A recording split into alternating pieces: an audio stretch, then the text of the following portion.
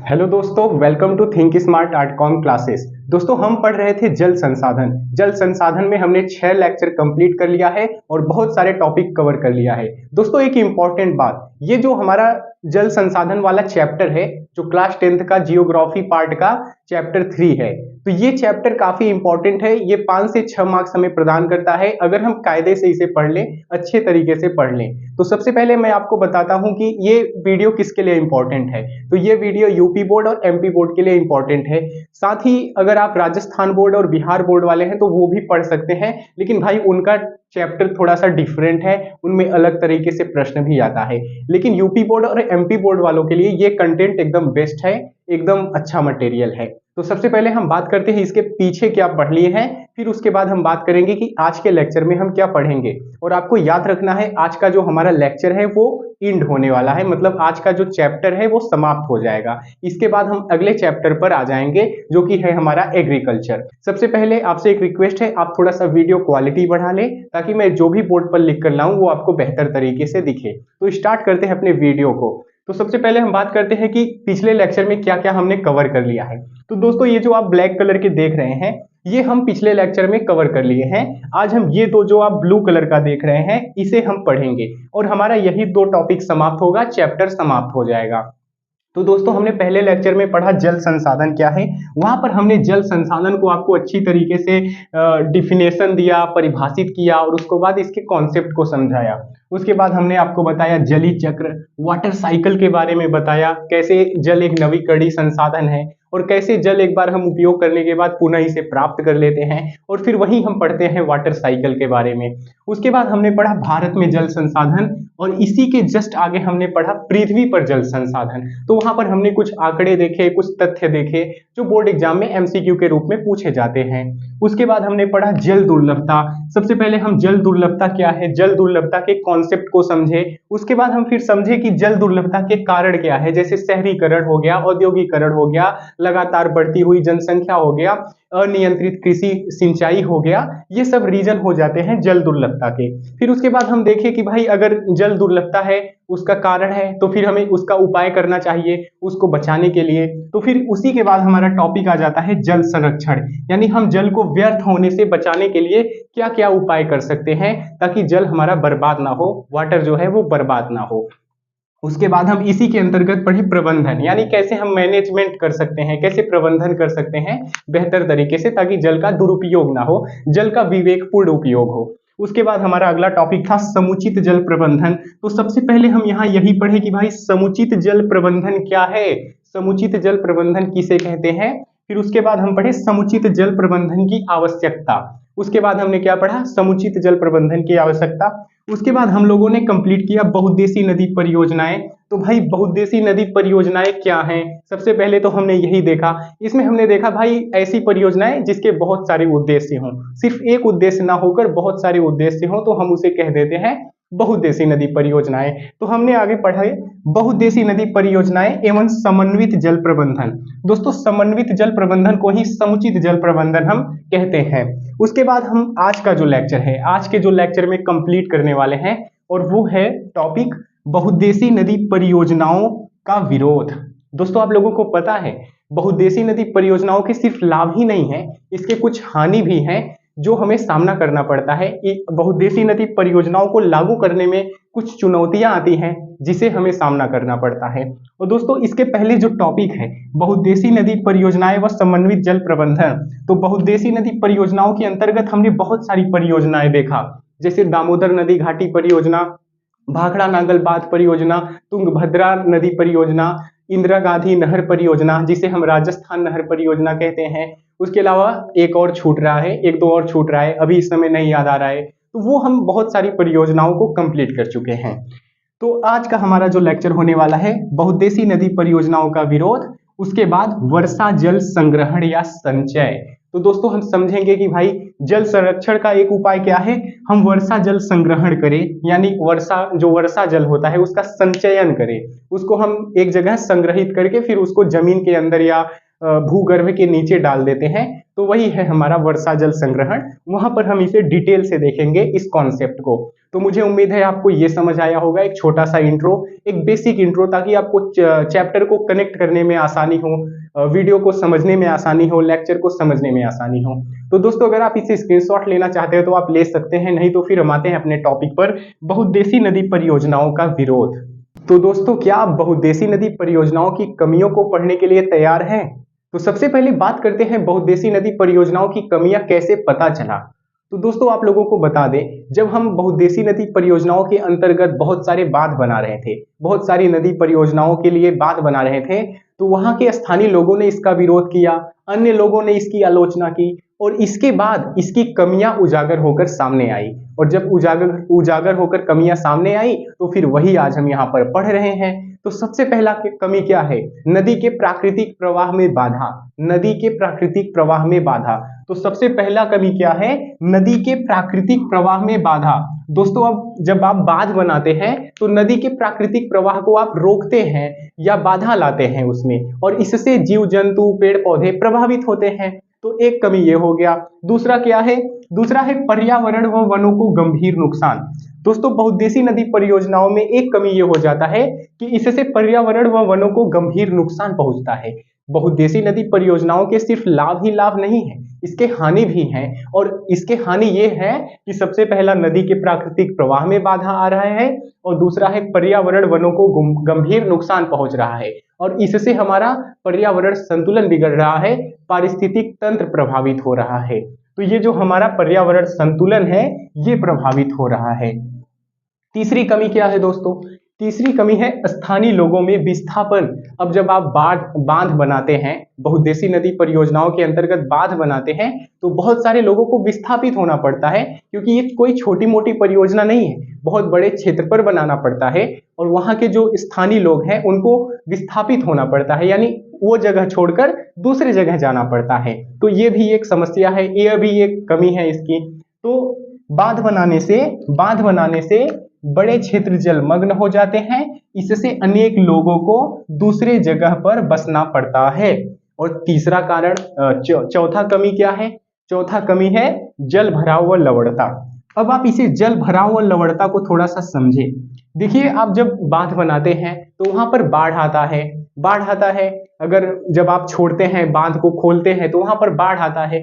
इससे क्या होगा? उसके आसपास जो क्षेत्र है वो जल भराव हो जाएगा। वहां पर बहुत ज्यादा जल भराव होने के कारण क्या होगा कि मिट्टी में लवणता बढ़ जाती है, और मिट्टी में लवणता बढ़ने से उसकी उर्वरता घट जाती है। अगर आप इसे भाषा के रूप में लिखें तो अगर लगातार सिंचाई होने से क्या होता है?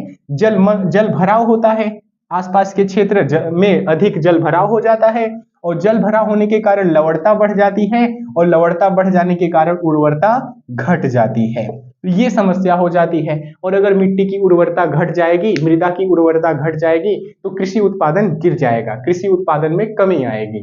तो यहाँ पर देखिए, यहाँ ये कमी है और ये समस्या उत्पन्न कर रहा है। तो ये भी एक कमी है बहुउद्देशीय नदी परियोजनाओं की। उसके बाद हमारा एक लास्ट कमी है अधिक लागत। तो भैया बहुउद्देशीय नदी परियोजना कोई छोटी मोटी परियोजना नहीं है कि सिर्फ एक उद्देश्य के लिए बनाया गया परियोजना है तो छोटा मोटा परियोजना है, बहुत ज्यादा श्रम लागत समय की आवश्यकता नहीं है भाई। ये इसमें अधिक लागत लगाना पड़ता है, और बहुत अधिक धन खर्च करना पड़ता है, समय खर्च करना पड़ता है, संसाधन खर्च करना पड़ता है, इसके साथ साथ श्रम भी खर्च करना पड़ता है। कितनी तकनीकी आप बुलाओगे? तकनीकी को भी चलाने के लिए क्या करना पड़ेगा? अगर आप तकनीकी के माध्यम से, टेक्नोलॉजी के माध्यम से बांध बना रहे हैं, मशीनों के माध्यम से बांध बना रहे हैं, मशीनों को चलाने के लिए तो कोई चाहिए। तो श्रम का खर्च नहीं हो रहा है। श्रम मतलब मेहनत, जो उसको बनाने में आप मेहनत कर रहे हैं, बांध को बनाने में जो मेहनत कर रहे हैं, तो भैया इसकी लागत क्या है? अधिक है। तो यहाँ पर मैंने आपको बहुउद्देशीय नदी परियोजनाओं की 5 कमियां बताया। सबसे पहला, नदी के प्राकृतिक प्रवाह में बाधा, पर्यावरण व वनों को गंभीर नुकसान, स्थानीय लोगों में विस्थापन, जल भराव व लवणता, और एक लास्ट है हमारा अधिक लागत। अगर आप ये बोर्ड एग्जाम में सिर्फ ये की पॉइंट भी लिख देंगे तो भी आपको अच्छे मार्क्स मिल जाएंगे। तो ऐसा नहीं है कि अगर आप एक्सप्लेनेशन देंगे तभी मार्क्स मिलेंगे। हाँ, आपके मार्क्स तब कटेंगे अगर आप शब्द सीमा का ध्यान नहीं रखेंगे। मतलब अगर 80 शब्दों में लिखने के लिए बोला है, आप 85 शब्द में लिख कर चले आए तो आपका मार्क्स वहां कट जाता है। तो दोस्तों मुझे उम्मीद है आपको ये टॉपिक समझ आया होगा। देखो, बहुउद्देशीय नदी परियोजनाओं की कमियां के अंतर्गत ही हम पढ़ते हैं नर्मदा बचाओ आंदोलन, जो कि बहुउद्देशीय नदी परियोजनाओं का विरोध है। तो बहुउद्देशीय नदी परियोजनाओं का विरोध है, एक छोटा सा टॉपिक है, इसे हम पढ़ लेते हैं। फिर हम पढ़ेंगे वर्षा जल संग्रहण या संचय, जो कि हमारा लास्ट टॉपिक होने वाला है। तो अगर आप इसे स्क्रीनशॉट लेना चाहते हैं तो आप ले सकते हैं। दोस्तों, एक छोटा सा टॉपिक है बहुउद्देशीय नदी परियोजनाओं का विरोध, और उसी विरोध के अंतर्गत हम पढ़ते हैं नर्मदा बचाओ आंदोलन। दोस्तों, बहुउद्देशीय नदी परियोजनाओं का विरोध इसलिए हुआ क्योंकि उसकी कुछ कमियां थी, तो इसीलिए उसका विरोध हुआ।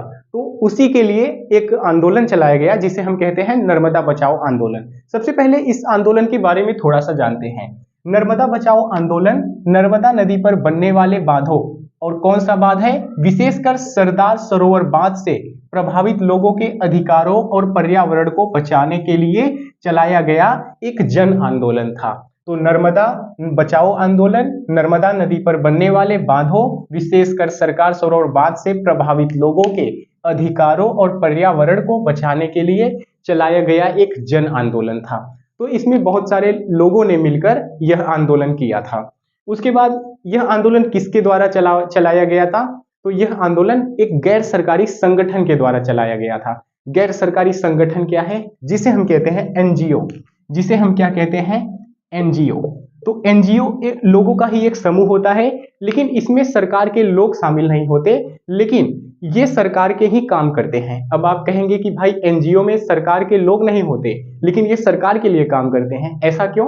मतलब जो योजनाएं सरकारें लागू करती हैं उसे जाकर ये लागू करवाते हैं, मतलब सरकार की सहायता करते हैं, लेकिन सरकार के लोग नहीं होते, इसीलिए इसे कहा जाता है एनजीओ, गैर सरकारी संगठन। इसे क्या कहते हैं, गैर सरकारी संगठन। तो नर्मदा बचाओ आंदोलन किसके द्वारा चलाया गया, एक गैर सरकारी संगठन के द्वारा चलाया गया, जिसे हम एनजीओ कहते हैं। इसके नेतृत्वकर्ता कौन थे, तो इसके नेतृत्वकर्ता थे मेधा पाटकर। देखिए, हर एक आंदोलन के कोई ना कोई नेतृत्वकर्ता होता है। जैसे अभी एक ही दिल्ली के जंतर मंतर पर हुआ पेपर लीक के खिलाफ प्रोटेस्ट, एक आंदोलन वो भी हुआ, तो उसके भी कोई नेतृत्वकर्ता थे। वैसे ही तो यहाँ पर नर्मदा बचाओ आंदोलन के नेतृत्वकर्ता कौन है, मेधा पाटकर। अच्छा, नर्मदा बचाओ आंदोलन के प्रमुख उद्देश्य क्या हैं, तो इसका सबसे पहला उद्देश्य था विस्थापित लोगों को उचित पुनर्वास। तो आप जब बहुउद्देशीय नदी परियोजनाएं पढ़ रहे थे, उसकी कमियां पढ़ रहे थे, तो वहां पर एक पॉइंट था स्थानीय लोगों का विस्थापन, जिससे उन्हें अपना जगह छोड़कर, अपना आवास छोड़कर दूसरे जगह जाकर बसना पड़ता था। लेकिन अब अगर दूसरे जगह जाकर बसेंगे तो वहां पर संसाधन लगेंगे, पैसे लगेंगे। तो यहाँ पर एक उद्देश्य यही था कि विस्थापित लोगों का उचित पुनर्वास, यानी उनको उचित पुनर्वास दिया जाए, उन्हें अच्छा सा आवास दिया जाए। उसके बाद एक और उद्देश्य था पर्यावरण सुरक्षा, यानी नर्मदा बचाओ आंदोलन का एक उद्देश्य पर्यावरण सुरक्षा भी था, यानी पर्यावरण को बचाने का प्रयास, पर्यावरण को दुष्प्रभावित करने का प्रयास नहीं, पर्यावरण को बचाने का प्रयास। उसके बाद एक उद्देश्य था बड़े बांधों के दुष्प्रभावों की ओर सरकार का ध्यान आकर्षित करना। मतलब जितने भी प्रकार के देश भर में बड़े बांध बनाए गए हैं बहुउद्देशीय नदी परियोजनाओं के अंतर्गत, उनके जो भी दुष्प्रभाव हैं, वो दुष्प्रभाव सरकार, उन दुष्प्रभावों तक सरकार का ध्यान आकर्षित करना। मतलब जितने भी प्रकार के बांध हैं, उनसे जो भी दुष्प्रभाव हो रहे हैं, उस पर ध्यान आकर्षित करना, किसका, सरकार का। तो एक उद्देश्य क्या हो गया, बड़े बांधों के दुष्प्रभावों की ओर सरकार का ध्यान आकर्षित करना। तो मुझे उम्मीद है दोस्तों, यहाँ पर नर्मदा बचाओ आंदोलन आपको समझ आया होगा। इस प्रकार नर्मदा बचाओ आंदोलन ने बहुउद्देशीय नदी परियोजनाओं की कमियों को और भी अच्छी तरीके से उजागर किया, और नर्मदा बचाओ आंदोलन जो बहुउद्देशीय नदी परियोजनाओं से दुष्प्रभाव होते हैं, उसे राष्ट्रीय स्तर पर उठाया। तो मुझे उम्मीद है आपको ये टॉपिक समझ आया होगा। अगर आप इसे स्क्रीनशॉट लेना चाहते हैं तो आप ले सकते हैं। उसके बाद हम पढ़ने वाले हैं वर्षा जल संग्रहण या संचयन, जिसे हम कहते हैं वर्षा जल संग्रहण या संचय। तो दोस्तों, अब हम समझते हैं वर्षा जल संग्रहण या संचयन। तो वर्षा जल संग्रहण या संचयन क्या है, इसे हम परिभाषा पहले समझते हैं, मतलब इसे हम परिभाषित करते हैं। तो यहाँ पर आप हेडिंग देखेंगे, वर्षा जल संग्रहण है। तो सबसे पहले समझते हैं वर्षा जल संग्रहण आखिर है क्या, इसका मतलब क्या है। तो वर्षा के जल को, वर्षा मतलब जो बारिश होती है, वर्षा के जल को एकत्रित करके, वर्षा के जल को एकत्रित करके उसका संरक्षण करना, उसका संरक्षण करना और भविष्य में आवश्यकताओं के अनुसार उपयोग करना तथा उसे पुनर्भरण के लिए पहुंचाने की प्रक्रिया को वर्षा जल संचयन कहते हैं। तो ये हो गया वर्षा जल संचयन या संग्रहण। मुझे पता है आपको नहीं समझ आया, आप यहां समझिए। जो वर्षा होती है, जो वर्षा हुई उसके जल को आप किसी गड्ढे में एकत्रित किए, ये जल यहाँ पर आ गया, एकत्रित हो गया। अगर आप इसे क्या कर रहे हैं, इसे आप बचा रहे हैं यानी संरक्षण कर रहे हैं वर्षा के जल को, और फिर उसके बाद अगर भविष्य में आपको आवश्यकता है, अगर आपको भविष्य में आवश्यकता है तो इसी जल का आप उपयोग कर ले रहे हैं, कृषि के लिए कर ले रहे हैं या और भी घरेलू उपयोग के लिए कर ले रहे हैं। या तो आप क्या कर रहे हैं, या तो इस जल को भूमि के अंदर आप डाल दे रहे हैं। तो मतलब जो भूमि से आप देखे होंगे, जो नलकूप होता है, जो नल होता है, आप उसे चलाते हैं तो वहां से पानी आता है। लेकिन क्या हो रहा है कि लगातार भूमि का जो जल है वो डाउन होता जा रहा है, वो नीचे चला जा रहा है। आपके इधर भी आप सुन रहे होंगे कि भूमि जल का जो स्तर है, भूजल का जो स्तर है वो डाउन हो गया है। ये ऐसा क्यों है? ये हमें दर्शाता है कि भाई जो जल पर है, भूजल पर दबाव अधिक बढ़ रहा है, मतलब जनसंख्या बहुत अधिक हो रही है, जिसके कारण भूजल पर दबाव बढ़ रहा है। जो हम घरेलू उपयोग के लिए प्रयोग करते हैं उसके लिए हम भूजल पर ही डिपेंड है ज्यादातर, तो उस पर दबाव बढ़ रहा है, उसका उपयोग ज्यादा हो रहा है, इस कारण से भूजल स्तर डाउन होता जा रहा है। तो ये भूजल स्तर डाउन हो रहा है। अगर आप क्या कर रहे हैं कि वर्षा के जल को एक गड्ढे में रख रहे हैं, अगर आपकी आवश्यकता है उपयोग करने की तो आप उपयोग कर ले, नहीं तो इस जल को भूजल में आप डाल दें किसी पाइप के द्वारा या किसी अन्य तरीके से आप भूजल में डाल दें, यानी भूमि के अंदर उसे डाल दें। तो क्या होता है, भूजल का स्तर बढ़ जाता है, भूजल का स्तर बढ़ जाता है। जो जल है हमारा, जो वाटर है वो बर्बाद नहीं होता, बल्कि एक जगह जाकर सेफ रहता है, सुरक्षित रहता है। तो इसी को, इस पूरी प्रक्रिया को कहते हैं वर्षा जल संग्रहण यानी वर्षा जल संचयन। तो यही था पूरा प्रोसेस वर्षा जल संचयन।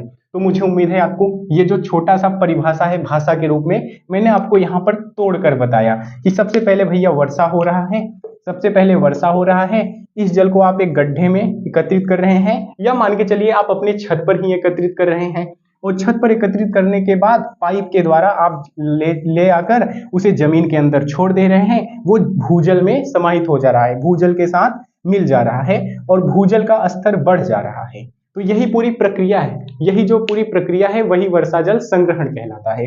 अब बात करते हैं वर्षा जल संग्रहण का उद्देश्य क्या है। तो भैया उद्देश्य बड़ा सिंपल है याद करने का।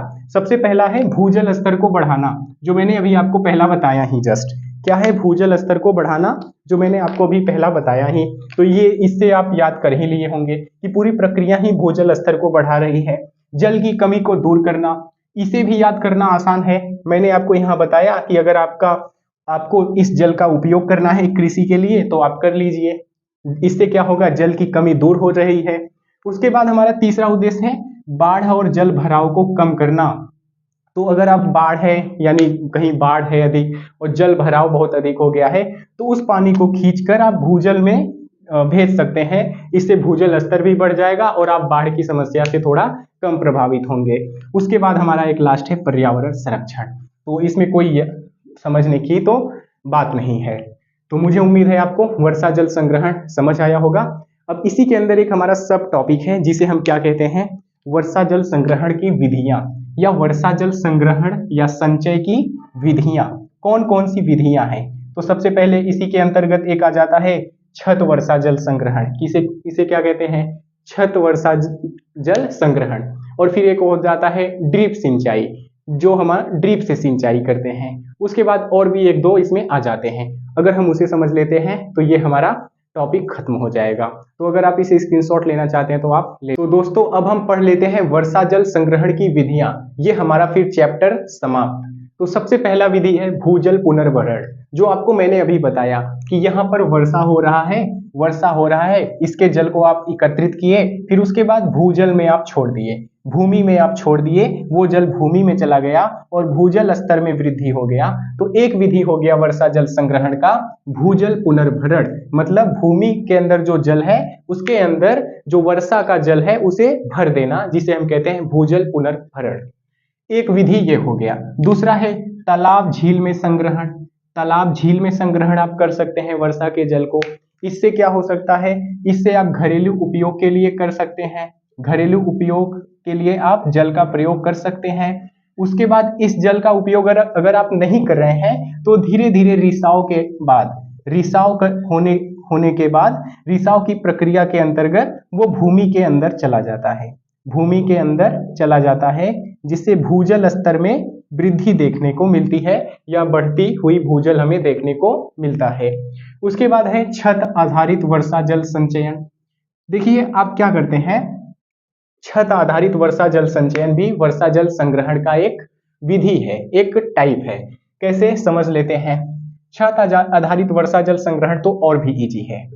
आप यहाँ देखिए, अगर ये आपका घर का छत है, आपने वर्षा हुआ, आपके छत पर जितना भी वर्षा हुआ उसके जल को आपने एकत्रित किया और धीरे धीरे पाइप के माध्यम से आपने इसे भूमि के अंदर छोड़ दिया, भूमि के अंदर छोड़ दिया। तो एक विधि क्या हो गया, छत आधारित वर्षा जल संचयन। और लास्ट है वर्षा जल संचयन की विधि में, लास्ट हमारा है बांस ड्रिम सिंचाई प्रणाली। देखिए बांस ड्रिम सिंचाई प्रणाली क्या होता है कि जो बांस के अंदर जो खोखली जगह होता है उसके माध्यम से सिंचाई की जाती है। और यह विधि 200 वर्ष पुरानी है, अब बहुत कम देखने को मिलता है, लेकिन यह 200 वर्ष पहले बहुत ही ज्यादा प्रचलित थी। बांस ड्रिम सिंचाई प्रणाली, बांस ड्रिम सिंचाई प्रणाली 200 वर्ष पुरानी है। इसके अंतर्गत बांस के अंदर जो खाली जगह होता है उसके द्वारा एक दूसरी जगह से पानी लाया जाता था और डायरेक्ट पौधों की जड़ों में छोड़ा जाता था, पौधों की जड़ों में पानी को छोड़ा जाता था। इससे क्या होता है, बहुत कम मात्रा लगती थी सिंचाई के लिए, पानी की बहुत कम मात्रा सिंचाई के लिए लगती थी और जल का हम संरक्षण कर पाते थे, जल का बचत कर पाते थे, यानी भारी मात्रा में जल का बचत कर पाते थे। तो ये हो गया हमारा वर्षा जल संग्रहण की विधियां, जिसमें हमने पढ़ा भूजल पुनर्भरण, तालाब झील में संग्रहण, छत आधारित वर्षा जल संचयन, बांस ड्रिम सिंचाई प्रणाली। तो मुझे उम्मीद है आपको ये समझ आया होगा। ये विधि नहीं है, वर्षा जल संग्रहण के अंतर्गत बांस ड्रिम सिंचाई प्रणाली नहीं है, मतलब आप इसमें शामिल कर सकते हैं लेकिन मुख्यतः नहीं है, क्योंकि ये बांस ड्रिम सिंचाई प्रणाली एक जल की बचत करने की हमारे पास प्रणाली है, व्यवस्था है, जिससे हम जल का बचत कर पाते हैं। लेकिन वर्षा जल संग्रहण की ये 3 विधियां हैं कि भाई मतलब वर्षा के जल को जहां आप एकत्रित करके या तो भूमि के अंदर डाल दे रहे हैं या खुद के लिए उपयोग कर रहे हैं, तो वही हो गया वर्षा जल संग्रहण। आप इन्हीं 3 विधियों को लिखिए, ये एक आप अलग टॉपिक कर दीजिए, बांस ड्रिम सिंचाई प्रणाली। लेकिन याद रखिए ये भी आप इसमें शामिल कर सकते हैं, क्योंकि इससे भी जल का संरक्षण ही हो रहा है। और जो वर्षा जल संग्रहण होता है, जरूरी नहीं है कि वर्षा के जल को संग्रहण ही करें, अगर आप जल का संरक्षण कर रहे हैं, उसकी बचत कर रहे हैं, ये भी है वर्षा जल संग्रहण। जरूरी नहीं है कि भूजल पुनर्भरण करें ही वही वर्षा जल संग्रहण है, ऐसा नहीं है। संरक्षण के साथ साथ भविष्य की आवश्यकताओं के लिए उपयोग कर रहे हैं, साथ ही साथ अगर आप भूजल पुनर्भरण कर रहे हैं वो भी वर्षा जल संग्रहण है, तो तीनों ही वर्षा जल संग्रहण है। तो मुझे उम्मीद है आपको ये टॉपिक समझ आया होगा। हमारा यहाँ पर जल संसाधन का जो चैप्टर है, चैप्टर नंबर 3 क्लास 10 का, वो समाप्त होता है। मिलते हैं आपसे अगले चैप्टर के साथ, जो है हमारा एग्रीकल्चर। एग्रीकल्चर को और भी बेहतर तरीके से हम समझने का प्रयास करेंगे, कॉन्सेप्ट को समझने का प्रयास करेंगे, हम फैक्ट को बिल्कुल भी रटने का प्रयास नहीं करेंगे। अगर आप देखे होंगे तो यहाँ पर मैंने आपको एक भी फैक्ट नहीं रटवाया, जितना भी लेक्चर लिया किसी किसी में फैक्ट है जो जरूरी है भाई, उसे पढ़ना ही पड़ेगा, इससे कुछ कॉन्सेप्ट समझने में मदद होगी, तो वो मैंने आपको रटवाया। और आपको मैं एमसीक्यू करा ही देता हूँ ताकि आपका फैक्ट भी ना छूटे।